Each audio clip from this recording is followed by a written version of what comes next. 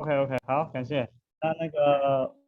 那个麦等一下应该会加入，我们先 share 一下好了。那先问候一下 Josh，这个上礼拜我现在人在台湾啊，刚从桃园机场回来。OK，现在的这个就是桃园桃园的景色了。这个中间好，那个先问候一下 Josh，这个有没有什么收获啊？这个上礼拜到现在啊，或这个周末有没有什么收获想分享的呢？收获吗？我想一下，我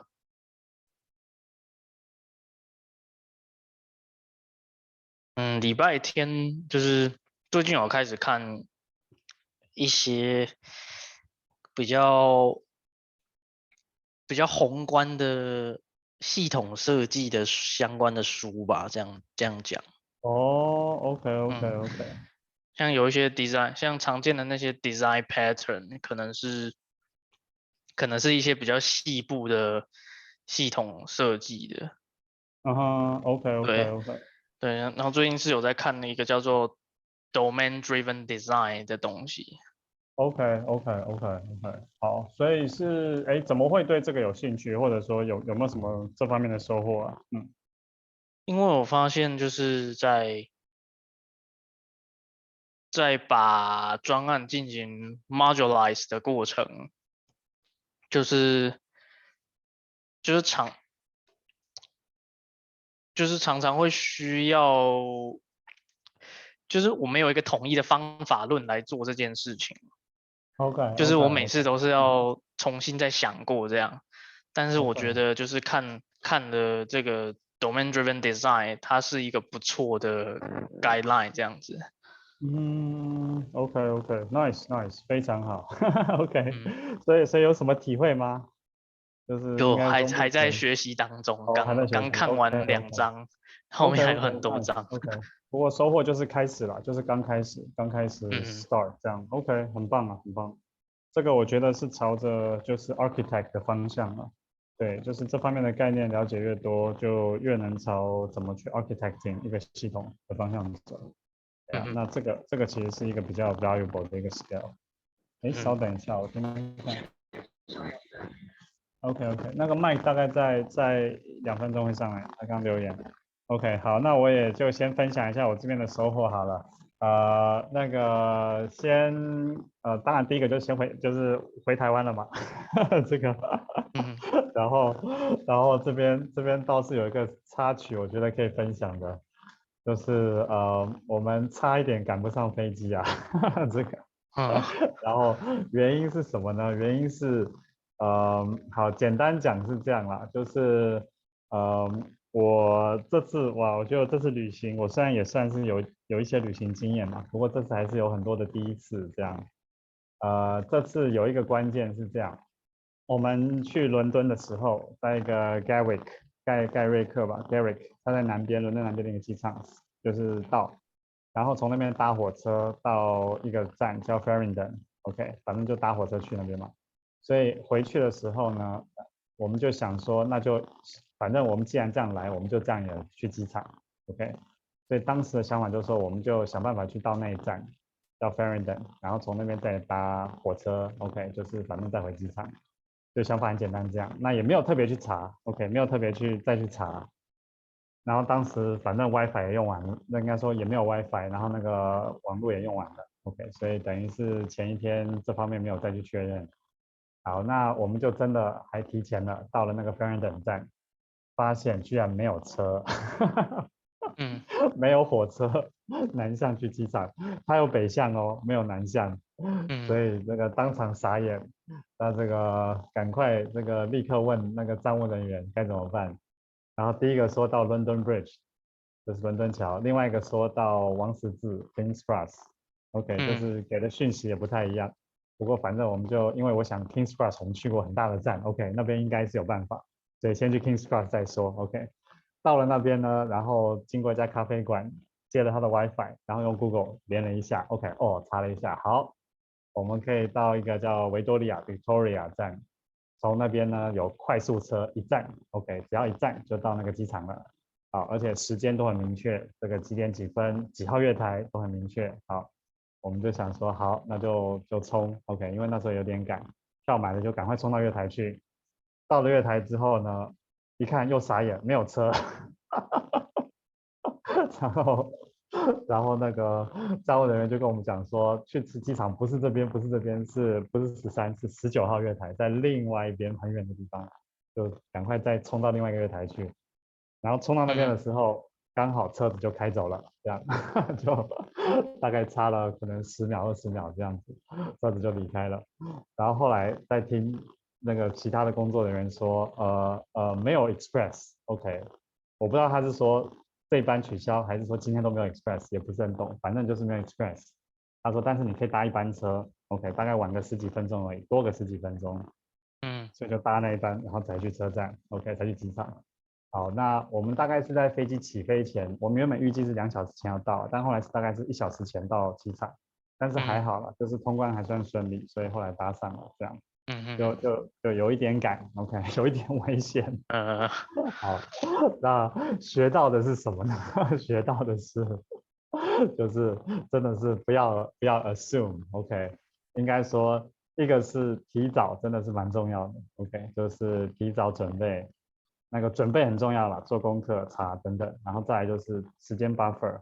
但是即使做了功课哦，即使像查了 Google 哦，这个资讯都还是有可能是错的，因为英国最近常罢工啊，我们也搞不太清楚，可能刚好遇到他们罢工或者不知道怎样车子停驶，就对，所以提早跟规划，这个提早规划，总之很关键，这样。对，这算是，然后对过去的经验，不要假设它还是对的啦，这个，所以这个是这次的一个学习。那我是觉得这个东西其实它应该有一般的适用性啊，就是不只是当然旅行嘛，旅行是一个例子，当然我们做专案管理嘛，对不对？做这个 project management 可能也是提早规划，然后这个怎么讲，就是然后再加 buffer，OK，等于是时间的 buffer、资源的 buffer、人力的 buffer，这可能都是要考虑的。好，所以这个就也跟 Josh 分享一下。那我觉得这个就是 hard experience，因为我们是真的是差一点就搭不上飞机。这个对，而且这个扑空了2次这样子啊。好，就是这个算是刚刚发生的事。对，好，那那我觉得这个就回到我们那个今天要讨论了，就是可能等一下 Mike 上来会讲一下他现在对 UX 的想法。对，那不过先问一下 Josh 这边有没有什么想先讨论 update 的？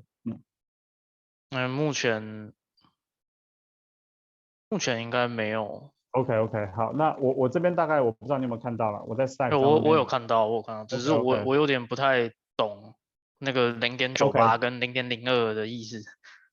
哦，OK，简单说，我们有一个2% 的 withdrawal fee，这个 Josh 知道吗？应该说我不知道啊。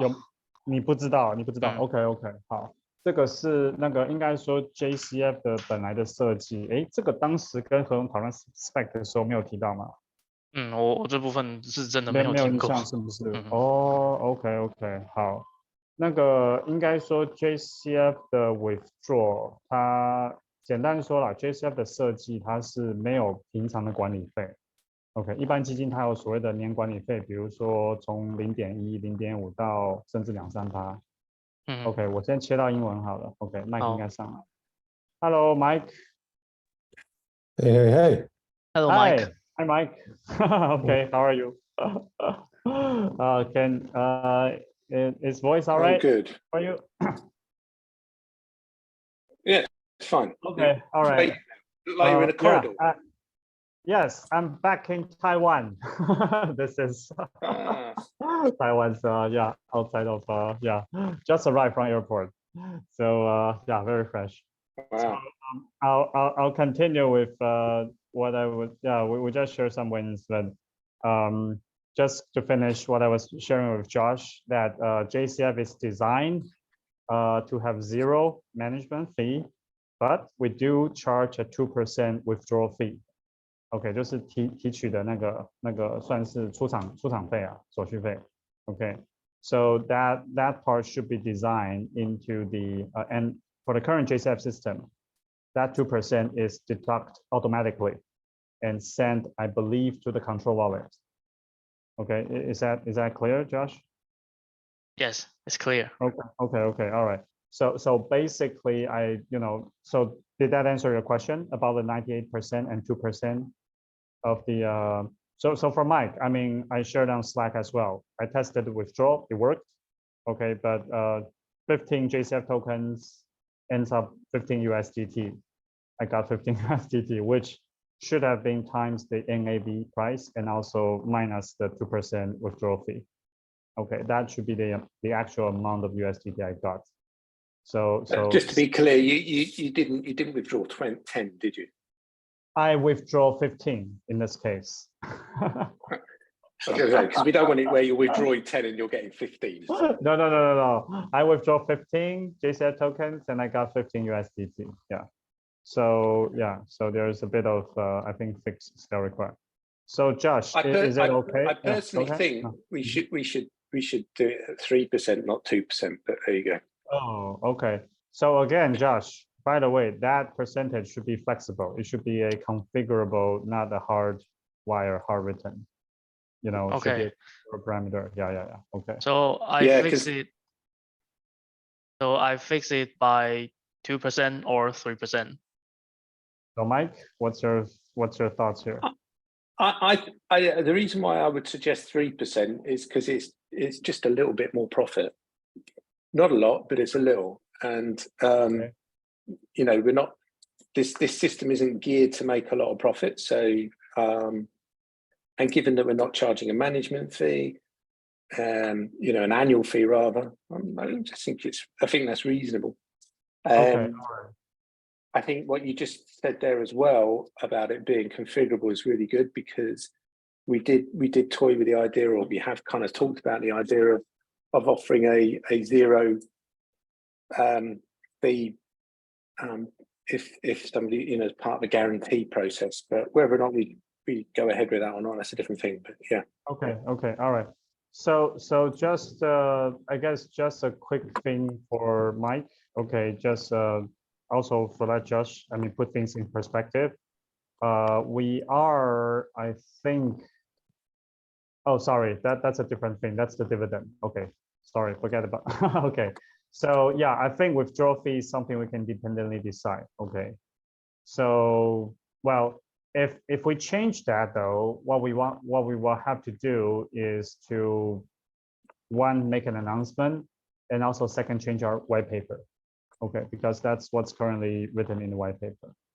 Okay, so I mean, I guess there's and well, look, if Josh makes it so we can change it, it's configurable, right? Then we can always change it at a later date, right? But rather than being something that we change in, you know, 24 months. I think it should be something that we consider changing. Yeah, but we don't have to do it today.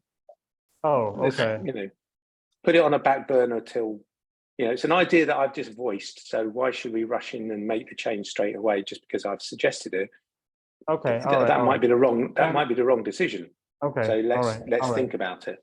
All right. So yeah. So I think for now, let's keep it at 2%. Okay, because it will be minimum modification for the current operation system. You know, like the whole operation. But Josh, just make it configurable. One more thing is in our white paper, the latest white paper. Okay, for JCF, we actually do list out all the parameters that should be supported on the wealth system, and withdrawal fee, it's as a percentage, is part of the parameter. Okay, Josh, is that understandable? So what I would suggest is when you are doing the system and contract, do make sure that all the parameters that's listed on the white paper are being, you know, part of the configuration. Okay, even if, I mean, at the moment, if you're unclear what they're used for, but still put them in place. Okay, all the parameters in the white paper should be configurable parameters.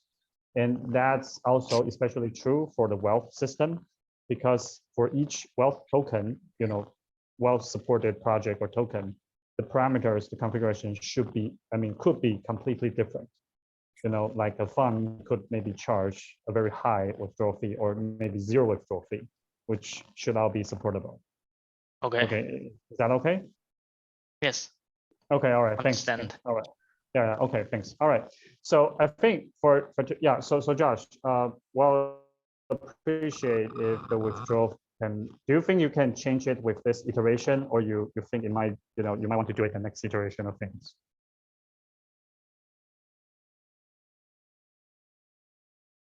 Sorry, I didn't catch that. Can you speak that again? My question is, do you think you can fix it within the current stage as part of the spec for the stage, or you prefer it to the next stage as part of the next stage spec? I think this stage Yeah. is okay. Okay, all right, thanks, appreciate that. Okay, if it's I guess if it's not a big fix, if it doesn't take too much time, because again, we want to close this stage as quickly as possible. Okay, I think that's also our intention here. Okay, Yes. we don't want to keep you, yeah, okay, but if it's a small fix, then just do it. Okay, yeah. So but the NAV thing, that has to be fixed. Okay, that definitely has to be a fix. Okay, yeah, when withdraw by NAV. Okay, so all right, so today's main point is Mike has some design. Really appreciate it. I think 12 pages. Yeah, unfortunately I haven't been able to see it. Okay, I got a bunch of garbage text from my email. Yeah, so for whatever reason, but what I think we can do is, Mike, if you can share a screen and maybe go over some of the key thing for the design with That Josh doesn't as make well. sense. Why is that? Yeah, I don't know why, but the 12 emails, I share a screenshot on Slack. I don't know if you can see that, but basically I just got a bunch of text. It's not even image or any file. It's just a bunch of HTML text that I received from my email. So yeah, I think. Well, I don't even know about that because I haven't even checked. This is the first time I'm checking my email. And also, I didn't send it from, I sent it from a tablet. I didn't even send it from, I don't know where it is. I don't know if I've got any of them on my all right, Mike, no worries. I think we can probably, I also share a Dropbox link, that you have access to the Dropbox as well. You can just put whatever files there as well. Okay, if that makes it sharing easier, as opposed to as email attachment or whatever. But I think right now maybe it might be there we go. better. Yeah. Okay. Okay. I've come here. Yeah. All right. Just give me a second. Let me just open this up a little bit. Okay. Thanks. Maybe if we can just walk through it, right, with Josh, and to just see it. Yeah. Okay, yeah. Thanks. All right. So. Wow, it's okay. Right.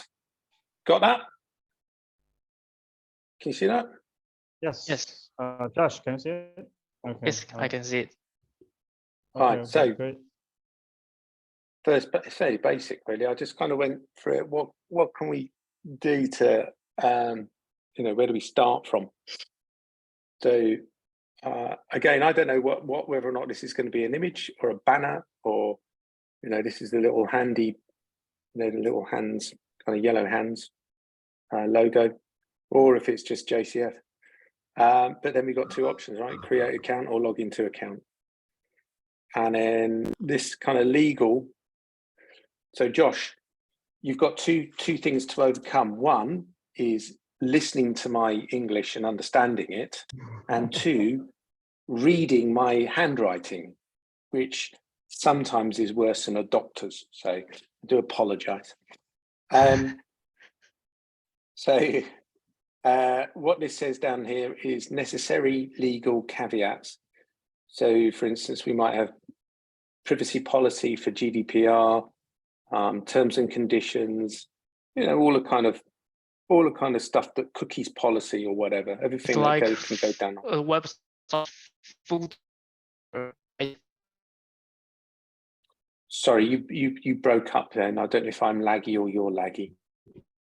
I also cannot hear Josh. I think Josh might be a bit laggy, but he was asking like a website footer. Yeah, that kind of thing. Yeah. Just it's something, whatever needs to be on the bottom. So right, so I tried to go through this logically and go, right, okay, well, if I hit create, let's see what wireframe number 2 does. So wireframe number 2, this is create account. So we've got the same thing here. So what are the things that we need for this? We've got first name, surname, obviously not necessarily in this order, but this was the order in which they came to my head. Country of residence, nationality. Country of residence is necessary, I believe, because of GDPR. And it's also, if we're saying that we cannot operate with a US individual or US national, if that's something we're saying today, and yet they're living in Germany, does that mean that we can operate with them? Yes or no? And then I guess this is by nationality. Right. So there we go. It's whether or not their tax obligation is a nationality or not, right? So then setting up a password, and then email, and then validation process. Whether or not we put it all in this order or not, it's another thing. Then we've got a next button, and then we've got legals. So we go to the next button, takes us to wireframe 3. Okay, so this is where I thought we would put a statement saying whether or not we use this wording or not, but it's basically telling them that we're informing them that we're doing this because of know your own customer anti-money laundering. And we tell them that it's a required element. That's by telling somebody that, you know, it helps them understand why they've got to put in a copy of their passport or photo ID. The other thing that I picked up from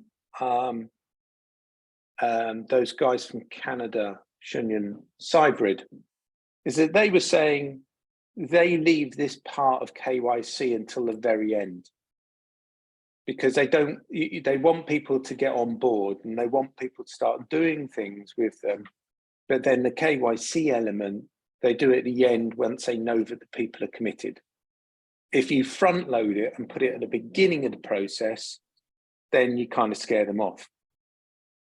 Now, I've kept this in here because this was part of the process that already sits, but I think we need to be eyes open of this to determine whether or not it's going to be something that people will accept, or will they get annoyed about and not carry on. So, and also if we use a third party, then we might have to include whatever it is that they require, or indeed, if we were using Cybrid, for instance, we could conceivably use their KYC element. So again, we need some fluidity with that, but again, this will all be API'd and we can jump this in whether we want to or not. Then there's next, and then there's legals. So we go to wireframe number 4. Sorry, guys, ask questions, right? Yeah. Okay, just I guess one point for Josh that I can see from here is, I think Mike's point is to make this part flexible. Okay, so be mindful that the KYC part could be substituted in the future with a third-party solution. Okay, so try to make the flow, flexible as well. I think that's what Mike was trying to convey. Is it right? I guess. Yeah, it sounds right to me. Okay, all right. So Josh, is that understandable? Yes, I think this is. I understand. Okay, all right. Yeah, thanks. Yeah, I mean, this is one key idea to keep in mind. Okay, Mike, please continue. So obviously what happens, I mean, you're going to spot this anyway, or you already have, but this top element here where it shows an image and a logo, and this bottom here down here, it says legals. They're the same on every page, but I mean, I'm saying that just to state the obvious. So, right, what happens then after we've done the KYC? Congratulations, your account has been created. Hurrah! So now you put in your username, password, you press submit. Now at the moment, when I've done it and when this other guy, Chris, has done it, they've been told, or we've been told that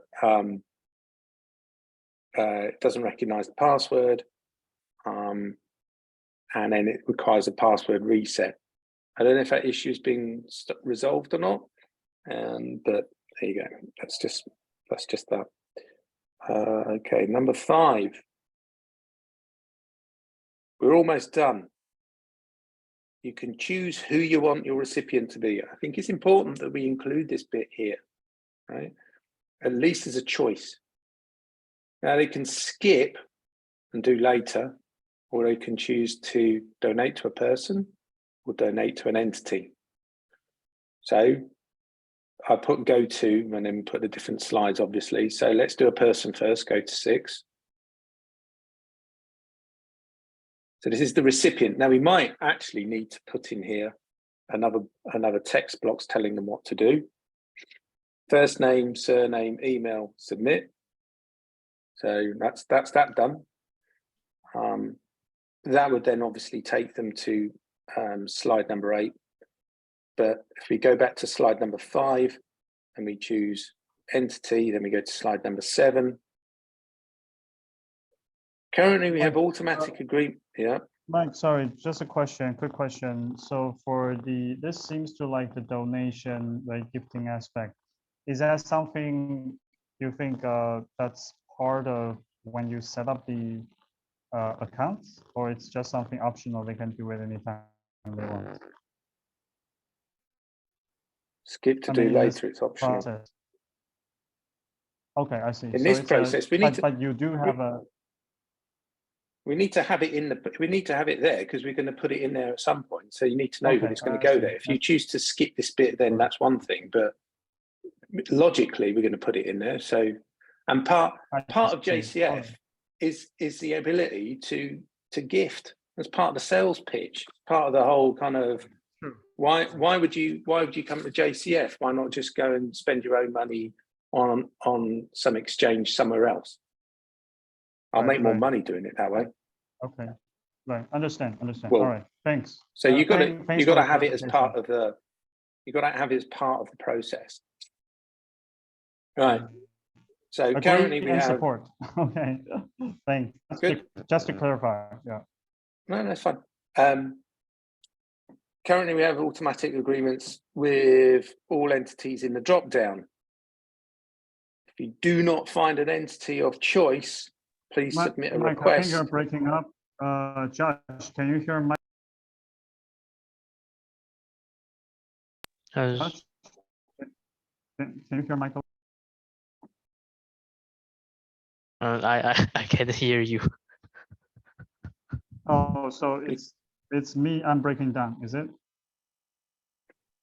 Yeah, I think we're all breaking down at the moment.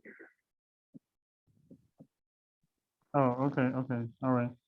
So Mike, yeah, can you hear all right here? Can you guys hear me all right? Yeah, yes. You're fine. Okay, yeah. So Mike, continue. Yeah, please. I think we were having some network. Yeah.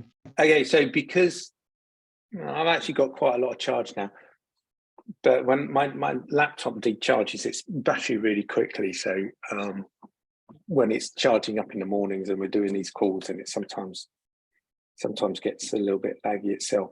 Okay, so currently, so we're telling them that we've got agreements in place and they're in the drop-down menu. And then we're giving them the option to choose their own.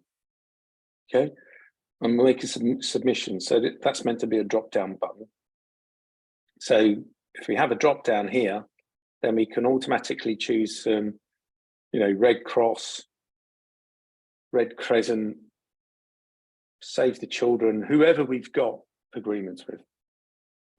And then if we want, if somebody doesn't find an entity of their choice, then we click on that button and they can submit the name of the entity. That will then come through to a back-end process where we'll have to clarify what that process will be. But let's assume then that it will be delivered into somebody's email box, and then that will be their task to find out whether or not the entity submitted will be one that wants to take donations by crypto, and then we can feed back the results to the respective customer. Okay. But then that's submitted. Now, actually, so the submit button on the entity of choice, I suppose there's a little subroutine here that we've got to figure out, and that's in every case, we need to tell the customer what's happened. So thank you. We've got your submission. We will feedback. We will tell you as soon as we've heard back from XYZ entity. And then we can figure out from there, you know, then at least they've been told what to do. But I don't know, you know, if they sit there and they also choose an entity here and submit, then they still, what happens next?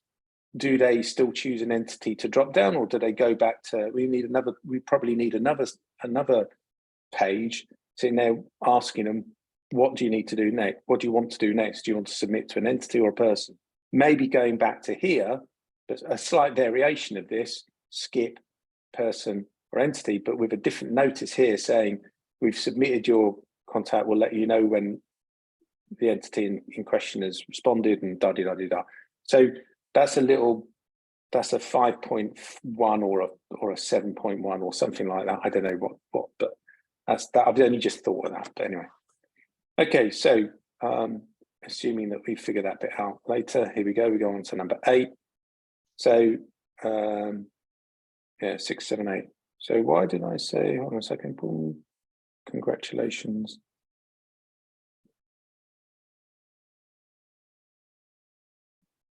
Where is it? Yeah, I'm on number 8. Here we go. This is on the standard login. So maybe what I've done here is I duplicated number 5 and number 8.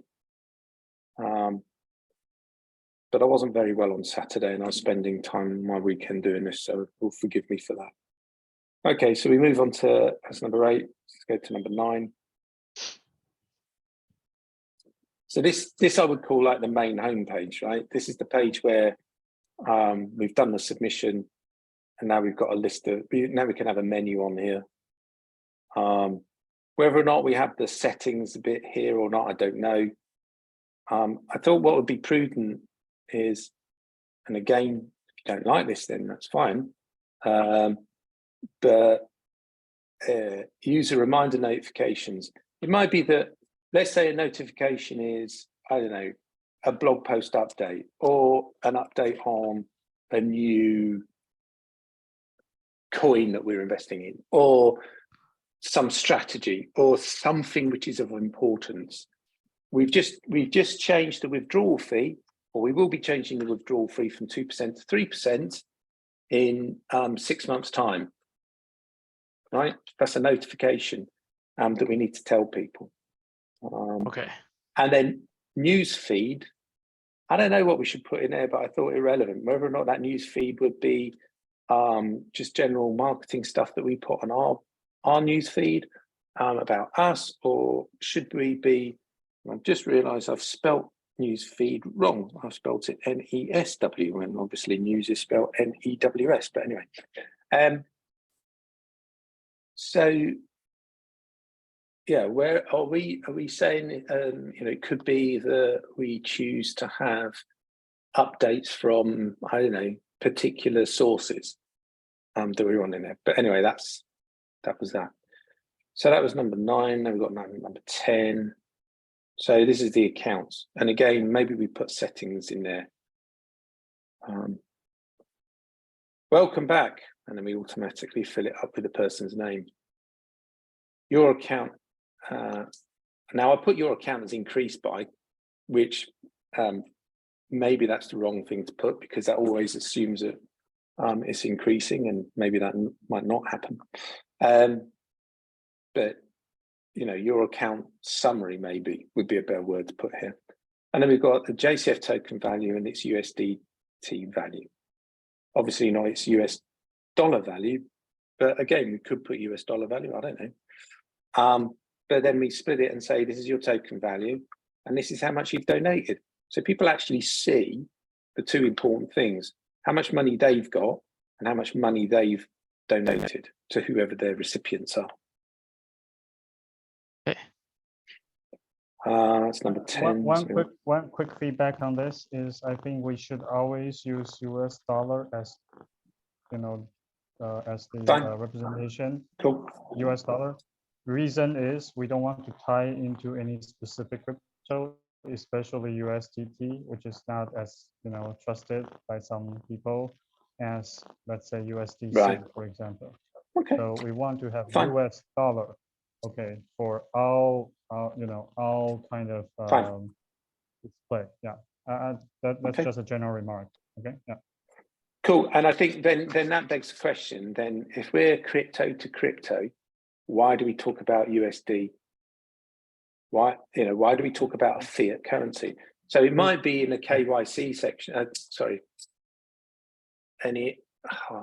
bloody hell, knowledge base, frequently asked FAQ section that we answer that question about why we operate with US dollars and why we don't operate with US dollars, etc., etc. Right. But you know, that's just a logical kind of. Anyway, so I think it's important because the other thing about this is it's validating what we're doing. So we show how much people are making, and we show what the value of their tokens and their currency is, and then we show how much they've gifted, because part of this is about gifting. Number 11, where did I go with 11? User settings, right? So here I just sent, all right, if we're going to have user settings, what does it look like? Personal details, well, this is the same as number 2. So what did I say was number 2? Just a reminder, first name, country of residence, password, etc., etc. Should we have a password, edit password or change password section in here and it'd be slightly different? I don't know. Maybe user settings would be a different thing, not, you know, maybe personal details with that one would be different to this slide. I don't know, that's possibly a different conversation. Donation recipient, well, this is number 5. So if we go back to number 5, this is where we choose to do these guys, and this was a skip to later. Now again, here we go, number 8. Well, I did this earlier, so I know skip to do later, we go to number 8, that's right. So let me go, withdrawal wallet, that's number 12, we'll see that in a minute. KYC AML, well, that's number 3. Notifications, I couldn't, I mean, I was put a number on there and I thought I better not because it might change. So that's that. Let's see, and then we're on to number 12. Oh, wallet, okay. You need to know the wallet you want to withdraw your tokens to. Oh yes, so this is withdrawal wallet, isn't it? So wallet address, exchange, add a new wallet, choose priority. If they've got more than one wallet, then they should choose the priority which it goes. Any changes will need verification by multi-factor authentication. And then here, this was me just thinking, well, if this is where we can change wallet addresses, what level of security do we have on this? Because obviously, if I'm a naughty hacker and I hack into this database and I don't change all of the wallet's addresses to mine, I could basically steal all of that money from all of our customers and be gone within, you know, the time it takes a script to do it. Well, so just a note down there. The JCF system itself, the JCF token management, or in this case, managed by wealth system, it's actually separated. It's actually a separating system, a separate system from the actual assets they manage. Okay, and I think this is a really important point to understand and emphasize. Also for Josh, which means that even if all the withdrawal address has been changed by a hacker, okay, it still doesn't mean that the hacker is able to move assets. What he can do, okay, what he possibly can do is to move, try to move to a particular, destination withdrawal address. However, that will be limited by the amount of assets currently on the smart contract that's withdrawable, which should always be a limited amount. Does that make sense? For example, like right now, the JCF current system keeps only about $1,000 to $2,000 US, even though we're managing about, close to 50,000 dollars of assets. We only keep about 1,000 to 2,000 on the, on the smart contract at any given time, meaning that that's the maximum amount that's withdrawable. Okay, Does that make sense? That makes sense as a risk. And yes. Let's say then that your hacker goes in there and they steal $1,000. It's not a lot to cry about, but you start adding zeros,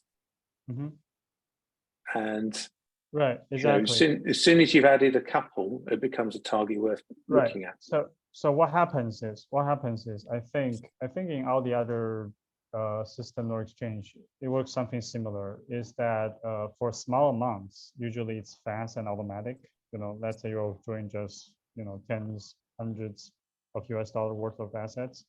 But if it goes beyond a threshold, usually there's a human intervention that has to come in. Okay, right now we don't have that yet, but what we do have something that works similarly is, by I think simply having a cap on what's the asset on the smart contract, meaning that any amount beyond that requires a manual, refill, resupply of the assets to the smart contract. Okay, and that would be kind of like more like a manual request, right? Actually, that's currently how it works. So meaning that, let's say we only have $1,000 on a contract and you're trying to withdraw, let's say $2,000. That actually will not happen, simply because there's not enough assets to withdraw. Does that make sense? So yeah. In other words, if you're trying to withdraw 2,000 from the system right now, right, that actually requires a manual operation from our part. So obviously we can, check if it's a legitimate request or it's being a hacker intent, right? I mean, it adds a layer of, I guess, manual check there. Yeah. Okay. So I mean, the point is, let's say then that you've got $100 million of assets under management. Right. Does that mean that you proportionally then got not $1,000 on there, but there's going to have to limit, right? You're going to have some amount of churn in terms of people taking money out of the system. So, does that mean that you'd have $1 million sat there waiting around? So yes, on balance. Yeah. And if you've got that $1 million, okay, right. Let's say you say, okay, I'll only allow out chunks of $100. Okay, all right. Okay, fine. I understand. Yeah. Okay. I believe this is a topic of another discussion, another time. Not here, not now. Okay. because right. Obviously, at that scale, 100 million, a separate kind of mechanism will be required than what we currently have here. And likely that requires a bit more sophistication in terms of how the assets are managed, or like how many checks are required, let's say, for assets to be releasable. So right now we don't have that yet. Does that make sense? Well, I know we don't have it yet, but yeah, I mean, we've got to think about it, haven't we? Yeah, exactly. Yes, but I mean, it's not for now. I mean, right now this is the user interface part. Well, we've still got to have the security in there. Right.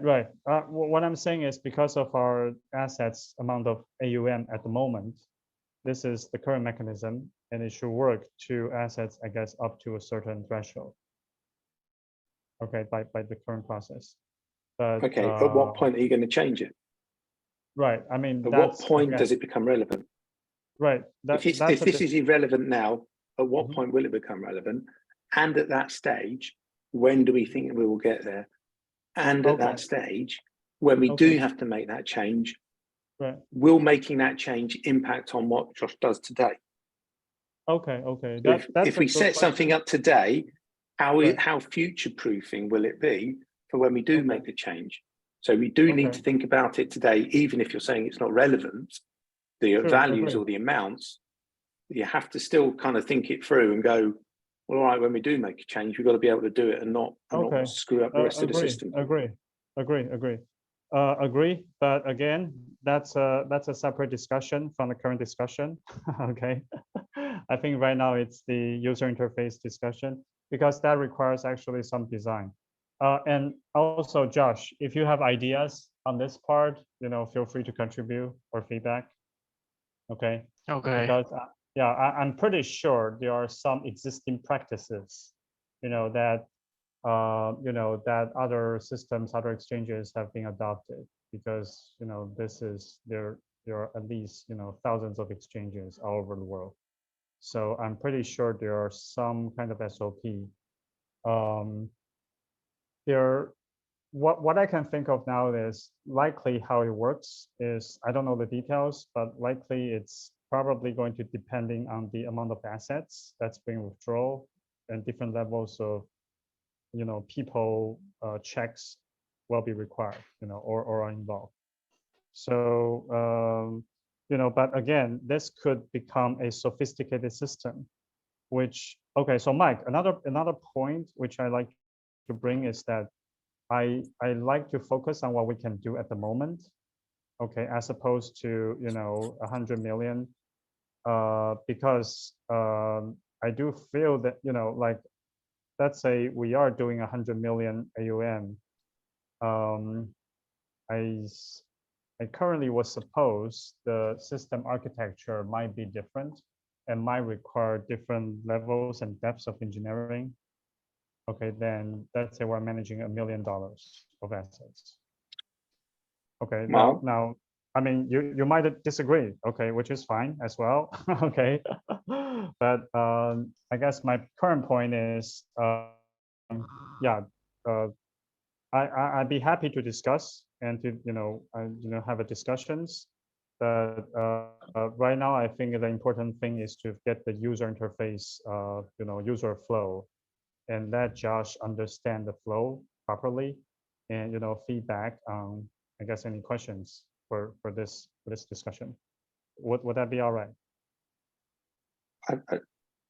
The point about the user interface and the user experience, and what the reason why you asked me to do this is because is not restricting it by what we can do today. You asked me to put this together. Yes. So I don't know Yes. technically what's doable and what's Okay. not doable. So I see. I don't know, because I'm not an engineer. Right? I don't know what the coding is that will allow it to happen.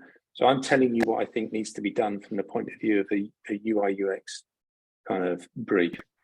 And if I'm a user and I'm looking at this, then I'm going to expect a certain level of, maybe because I'm into cybersecurity, then I do expect a certain level.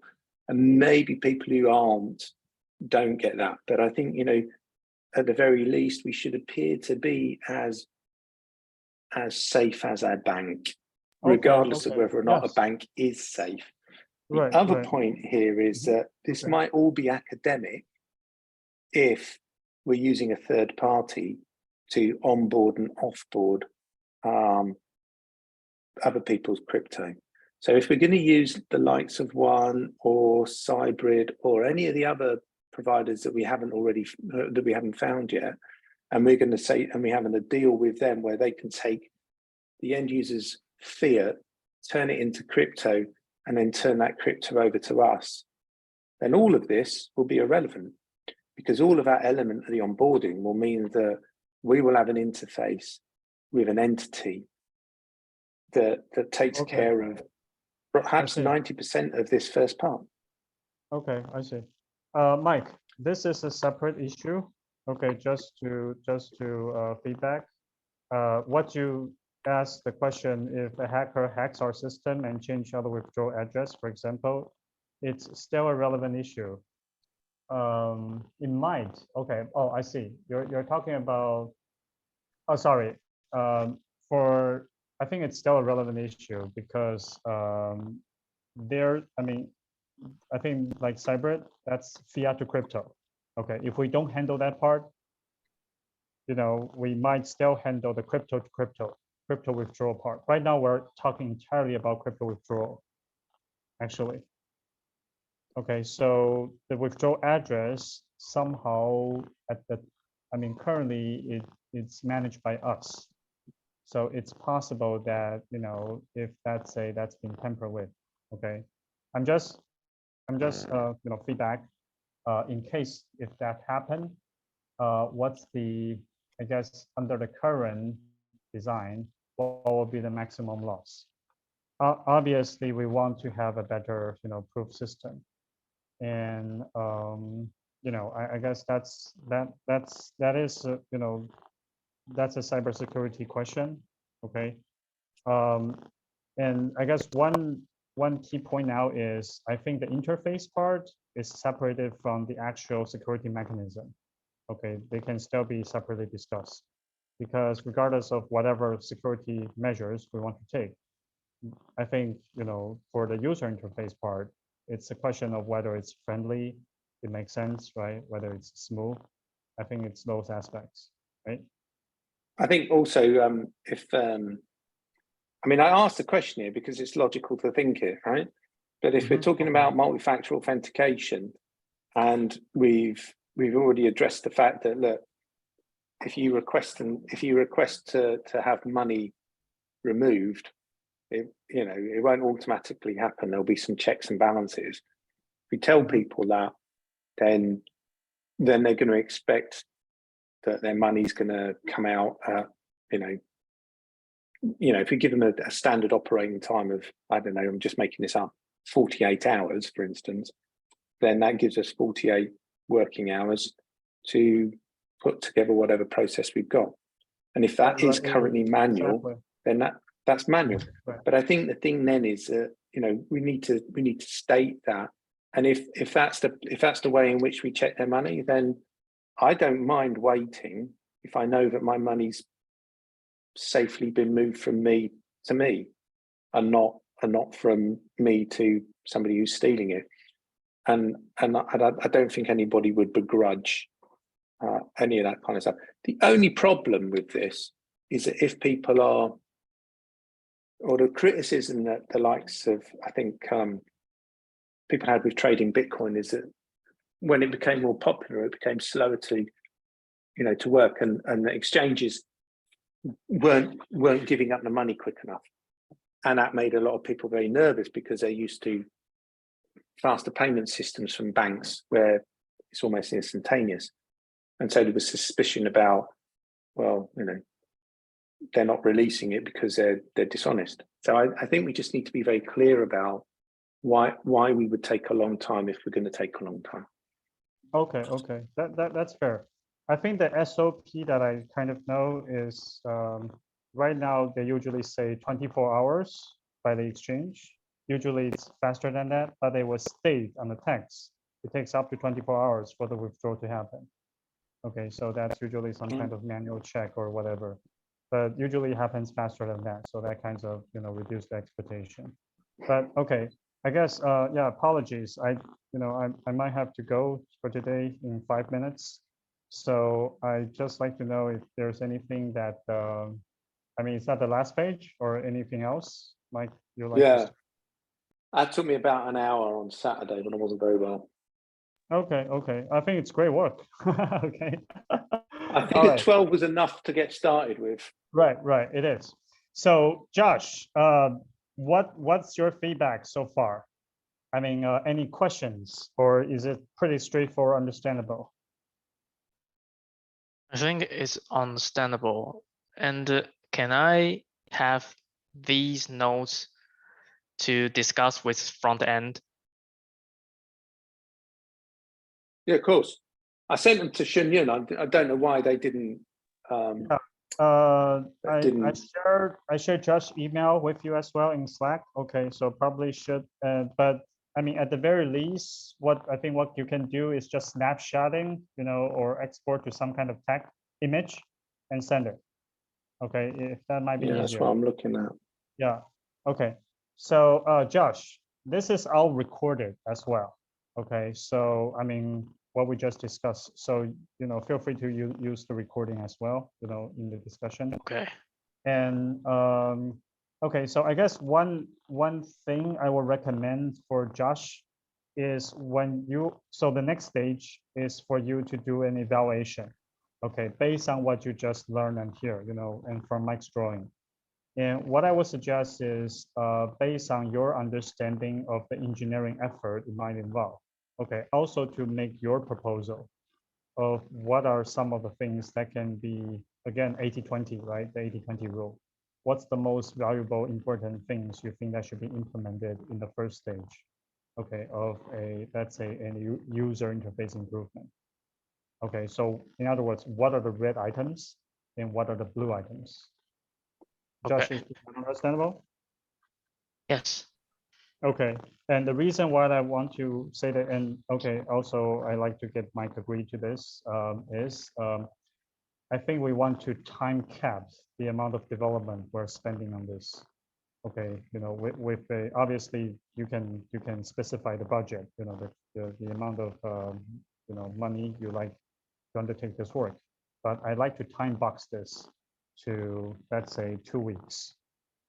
Okay, in other words, try to get the improvement iteration done in 2 weeks, and then we can have a working system that people can start to use.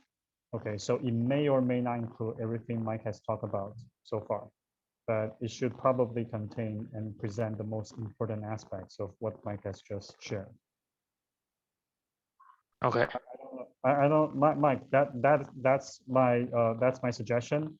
And the reason is that I'm kind of preferring, again, to try to get this into people's hands as quickly as possible, as opposed to, waiting for the perfect, iteration or the perfect flow to come out. Again, leveraging the 80-20 principle. So, Mike, is that all right? I mean, I like Yeah, to. sounds good. Okay, all right. So Josh, okay. So, I mean, this is our current thinking about the spec. Okay. However, do keep in mind that this, open for your feedback and change, but keep in mind and use your own judgment. What are the most important steps and process that should be implemented in this next iteration? And I want that, please, finish in 2 weeks. Okay, so by the end of this month, we can have a working system that people can use. Is that all right? Yes. It's Okay, all right. okay. All right, okay. So, yeah. Shunyun, So, yeah, go ahead. have you received a WhatsApp message from me What's just that? now? Okay. Yeah, I've just check it, see if the thingy Okay. bob turned up properly. Okay. Yeah, it's properly. Yeah, I can see the screenshot. Good. That's good. Okay, Yeah. so over the course of whenever, I'll send those 12 images to you, so then you can pass them on to Josh and do it that way. All right. Does So that work? thanks a lot. My son is here. He's my accountability buddy, telling me that I should leave now. Okay. All right. So, all right. So really appreciate Mike. I mean, feel free to, if you want to discuss, okay, but I have to go now. But Josh, just one last question. When do you think you can present the evaluation? I mean, in terms of the spec feedback and also the amount. I mean, how much will be required? When do you think you can present the evaluation? I think I mean, next I'll give you 2 times, Thursday or Friday. Okay, Thursday in, 5:30 Taiwan time. Friday would be 4:30 Taiwan time. I mean, think Friday is better. Okay, Friday. All right, so we'll do a Friday, 4:30. Okay, Taiwan time. That would be actually 9:30 for Mike. In UK, if you want to join as well this Friday. but that's the regular Okay. time, you know, we would do kind of a texting. Okay. All right. So, all right. So thanks. All right. And really appreciate it, Mike. Okay. And Josh. Okay. So I'll leave it now. Okay. And feel free to chat, you know, if there's more. Sure. All right. Yeah. Take care. Bye-bye. Yeah. See you then, bye. Thanks for Mike. Yeah, Bye. Josh, do you need to ask any questions? Are you good? Okay. I just want to know that the entity is a donation organization, right? Yes, that's right. So, for instance, the Red Cross or the Red Crescent or some United Nations charity. I don't know charities in Taiwan. So think of the most common charity in Taiwan and that's your answer. Oh, okay. And I understand. Good. Mm, Anything else? I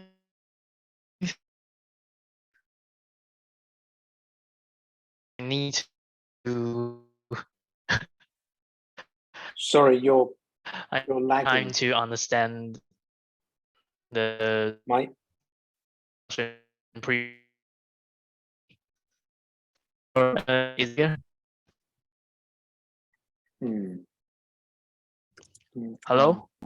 Hello? Yeah, you're lagging really a lot.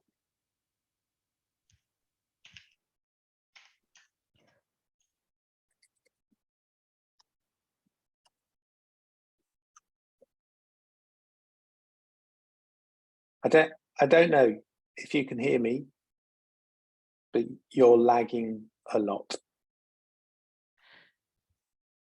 Sorry, can you hear me? Okay. I can hear you now, yes. Is it clear? Yes, it is at the moment, yes. Okay. So I think I need time to think about the discussed previously. So, and discuss with the front-end engineer. Okay. So I think I have no question right now. Awesome. Okay, Josh, I'll send Shinyan the images to WhatsApp. He can then pass them on to you.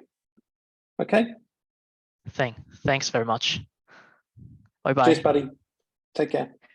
Thank you. Bye-bye.